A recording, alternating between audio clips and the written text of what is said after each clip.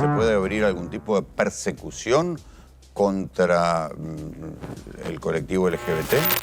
Pero quiero consultar al diputado Esteban Paulón, que es diputado socialista por Santa Fe, a ver si escuchó y cómo le cayó este nuevo capítulo del presidente Javier Milei contra, en este caso, con una parte de la agenda de la tolerancia, o lo que se conoce como la agenda del progresismo, que es, y él llama la agenda LGBT. Esteban Graña te habla, ¿cómo te va? ¿Qué tal, Rolando? ¿Cómo estás? Buenas noches. Bien, ¿escuchaste lo que dijo el presidente? El presidente hoy expresó una agenda que es una agenda que está en su cabeza.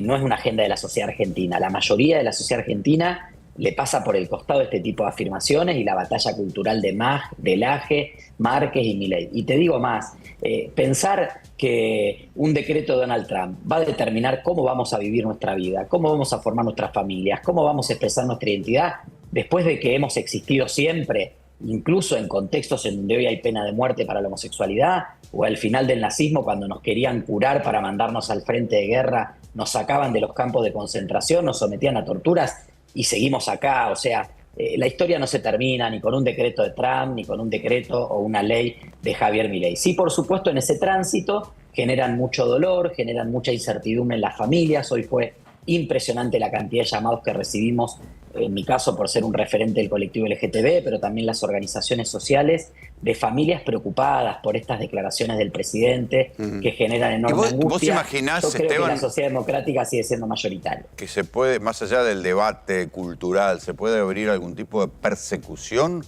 contra el colectivo LGBT? Bueno, el principal asesor del presidente, Agustín Laje, que extasiado celebraba con un desahogo difícil de comprender el decreto de Trump del término masculino-femenino, ha dicho abiertamente algo que va contra el consenso científico, que es que la homosexualidad es una enfermedad y que por tanto nos tenemos que curar. Entonces también no descartemos que empiecen a aparecer es un retroceso en medio siglo. Impresionante. Eso, Impresionante porque aparte... Además las sociedades avanzaron en general hacia un lugar de mayor tolerancia. Mirá, tuvimos una semana el discurso de Javier Milei, el discurso de Donald Trump, y tuvimos el abrazo de Luciana con su mamá Martita en Gran Hermano, que le dice: hija, no te voy a abandonar, nunca te voy a dejar, que conmovió a una sociedad. Recuperamos una nieta, 139, también importante. Hoy se celebraron los primeros matrimonios gays en Tailandia. El mundo va para adelante y está la sociedad mucho más adelante que la cabeza de toda esta gente que piensan en una sociedad de inicios del siglo XX, no solo por los derechos laborales y sociales, sino también en esa estructura, una idea de la libertad rara, ¿no?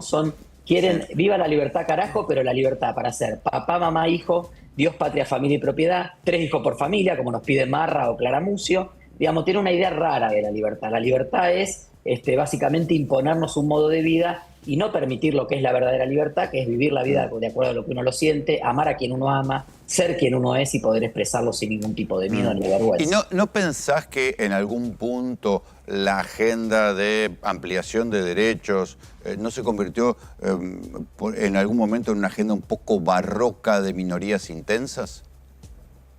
Mira, creo que hay mucho que hacer. Primero, no se le puede echar la culpa al avance en derechos. Yo soy tercer hijo varón de 4 hermanos varones. Hasta el año 2010 mis 3 hermanos se podían casar y yo no. Y hoy yo estoy casado, 2 de mis hermanos están casados, uno convive, tiene hijos, no. Sí, no esa casó, parte sí, pero hay toda una especie de, como decirte, de decir, bueno, la cuestión de la hormonización, que la discusión de a qué edad un niño, un adolescente puede aceptar una hormonización para cambiar de sexo. Te lo pregunto con total franqueza sí, y desconocimiento también. ¿Hasta qué punto esto no terminó llevando a un límite la cuestión, como decir, bueno, estos se están pasando de la raya? Yo creo que todo eso, esa parte no. Creo que en donde tal vez no tuvimos la sensibilidad y el tacto para medir los avances fue en términos de algún momento donde se planteó mucho esto de la cultura de la cancelación, de cancelar al que piensa distinto. Justamente una sociedad democrática es la sociedad que debate. Yo siempre me expresé en contra de la cultura de la cancelación. Me parece un ejercicio de pereza intelectual total. Hay que debatir. Yo quiero debatir con Laje y Márquez. quiero que ellos me cuenten su evidencia de por qué la homosexualidad es una enfermedad, por qué somos todos pedófilos, por qué nos vamos a morir a los 50 años de tristeza, como dice Márquez, que somos todos tristes, solos y nos morimos más jóvenes. Quiero debatirlo, porque yo tengo otros argumentos y creo que en ese debate Sí, bueno, público eso lo que pasa es que ahí yo te diría, pedagogía con la sociedad. diría que eso ni siquiera vale la pena debatirlo, porque es una cuestión, es una Bueno, afirmación que nosotros, sale al cuento nosotros. de nada, digo, no. Para nosotros. Es pero como una me parece discusión de interesante borracho, discutir en esos términos.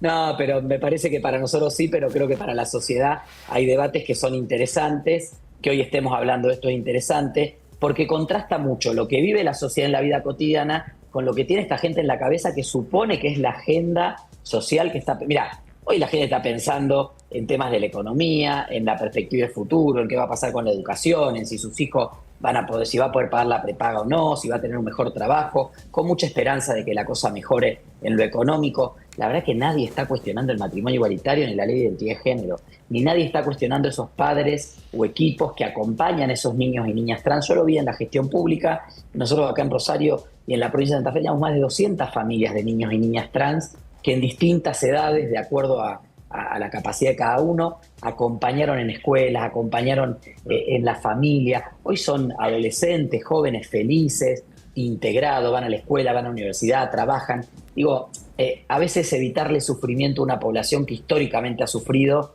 es una reparación indispensable y es un agregado de valor para la sociedad. Y esto es lo que esta gente evidentemente no entiende. Hay que seguir dando el debate, hay que seguir visibilizándolo, llevarle tranquilidad a estas familias, esperar y apelar a que el presidente no siga generando angustia. Nosotros por eso hemos presentado una denuncia penal, porque entendemos que este discurso hoy de Davos y el tuit de los zurdos hijos de puta, que los vamos a buscar en todos lados, tiemblen, ya configura varios delitos que tienen que ver con la intimidación pública, la incitación al odio, y obviamente está reñido con el cumplimiento de deberes de funcionario público.